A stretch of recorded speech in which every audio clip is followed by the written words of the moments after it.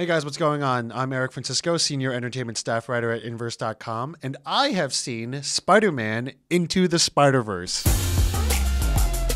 Spider-Man Into the Spider-Verse is a new animated feature film from Sony Pictures and produced in association with Marvel, directed by Bob Persichetti, Peter Ramsey, and Rodney Rothman. Spider-Verse does not take place in any existing Marvel universe. The MCU, the other Spider-Man movies with like Tobey Maguire and Andrew Garfield, Spider-Verse doesn't take place in any of that universe. It takes place in its own independent universe, and it follows not Peter Parker, it follows Miles Morales. You don't have to have seen any of the other Marvel movies, although you probably should, because this movie is a loving spoof of all Marvel movies, and not a spoof in the same way that maybe the Lego Batman was. Spider-Verse loves the fact that it's a comic book movie. I mean, just look at the visuals and look at the animation. It literally pops with the texture of an old comic book. At the same time, this movie just straight up makes fun of everything under the sun. It makes fun of typical superhero tropes, typical cliches of a superhero movie, even makes fun of the fact that the storyline is actually kind of convoluted. Try to explain the plot of Spider-Verse on paper. It's actually really difficult. You're talking about multiverse theory, different Spider-Men. One of them is literally a cartoon character, like literally a cartoon character, Spider-Ham. The wonderful thing about Spider-Verse is that it doesn't lose focus. This story is about Miles Morales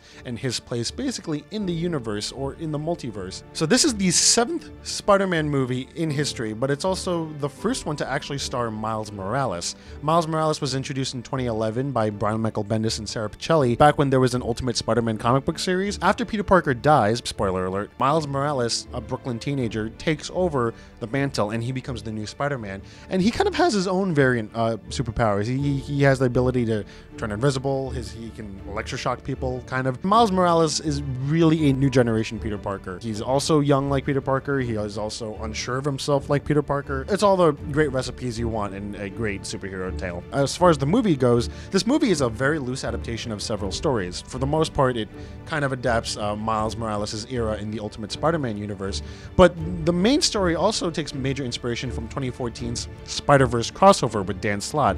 In that crossover, basically, Peter Parker has to team up with all the different Spider-Men and all the different multiverses, including a punk rock Spider-Man, a British Spider-Man. You have like Gwen Stacy as Spider-Man, when that she became really popular, and she's in this movie too, voiced by Haley Steinfeld. Basically, in that crossover, yeah, of course, the world's a danger. Spider-Man has to save it, but he's got the, help of his fellow Spider Freaks along the way. There's also major inspiration from 2012 Spider-Men, which was also written by Brian Michael Bendis and drawn by the wonderful Sarah Pichelli. In that story, Miles Morales teams up with Peter Parker from the mainstream Marvel universe, and that's also a major element here in this movie. A lot of the story is Miles Morales finding a mentor in a very reluctant, very schlubby Peter Parker. I mean, I've never related to Spider-Man more than when he's stuffing pizza down his face and being really depressed at the world. Most relatable Spider-Man ever. You can put that in the hashtag, most relatable Spider-Man. It's not that he doesn't want to be a superhero anymore, but he's kind of lethargic about the whole superhero business. And it's when he meets Miles Morales is when he's finally kicked back into gear